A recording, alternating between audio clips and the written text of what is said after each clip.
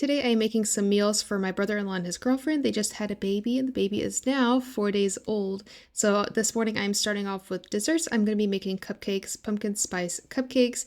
These are so incredible. I do have a video on it already if you guys want to check that out. But I'm making these first because I need them to cool so that way I can do the frosting.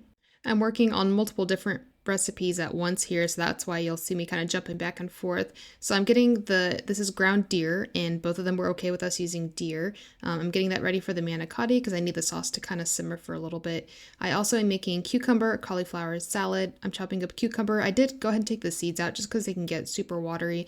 Chopping up the cauliflower, and then I added mayo, garlic, and salt and pepper, and it was very good. The ground venison that I had on the stove was partially frozen, so I just threw a lid on it and it cooked very, very quickly. I seasoned the meat with taco seasoning and then I added a jar of spaghetti sauce.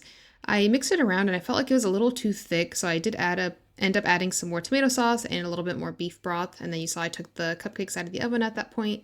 I am chopping up my veggies for the broccoli cheddar soup. I did about 1.5 heads of broccoli and then I'm shredding up some baby carrots. I'm finishing up that cauliflower cucumber salad and then moving on to getting the soup ready. I did have to dice up one more onion. I let that saute for a little bit, added some garlic, some flour, butter, and then some more chicken broth. I let that simmer for about 15 minutes. In the past, when I've made this soup, I'm like, oh, I don't need to let it simmer. I would just go ahead and add the broccoli right away. But this soup needs to be a little bit thicker. I mean, it's broccoli cheddar soup. It's not supposed to be quite as runny or thin as, say, a chicken noodle soup. So I did buy my own blocks of cheese and I shredded them, which is kind of a pain in the butt because you can see at the very bottom left, there's like the big chunks of cheese that it couldn't shred through that. It just kind of clumped up. But I'm going to use those. I put them in a Ziploc bag and put them in my fridge.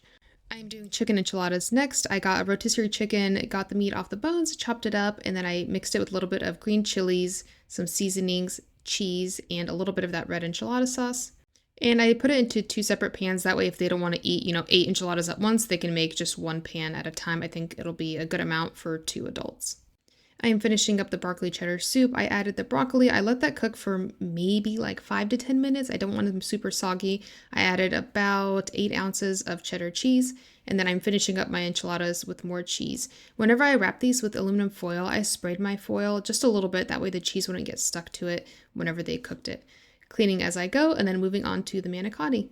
1 pint of ricotta, I did some Parmesan cheese, mozzarella cheese, Gruyere cheese, all the cheeses, a little bit of egg, and then whatever seasonings you like. I did some parsley, oregano, salt, and pepper. Last time when I made manicotti, I made the noodles. I have let them cook for way too long and they were too soft and it was really hard to fill them. They were still good. So these ones I cooked for, I believe, 8 minutes. I'm also going to be typing up instructions for them on how to reheat them and what to set their oven to and how long they should bake these dishes for.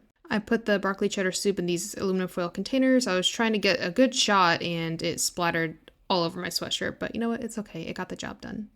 I let those cool and then I wrapped them with aluminum foil, put them in the fridge, and then the last thing I'm needing to do is make the frosting for the cupcakes. So I didn't record the piping process, but this is how they turned out, and let's give them a taste test. Okay, I need to try a cupcake. I'm so hungry. I haven't eaten anything yet. Look how cute. Wow. Reminds me of fall. Oh my gosh, that's so good.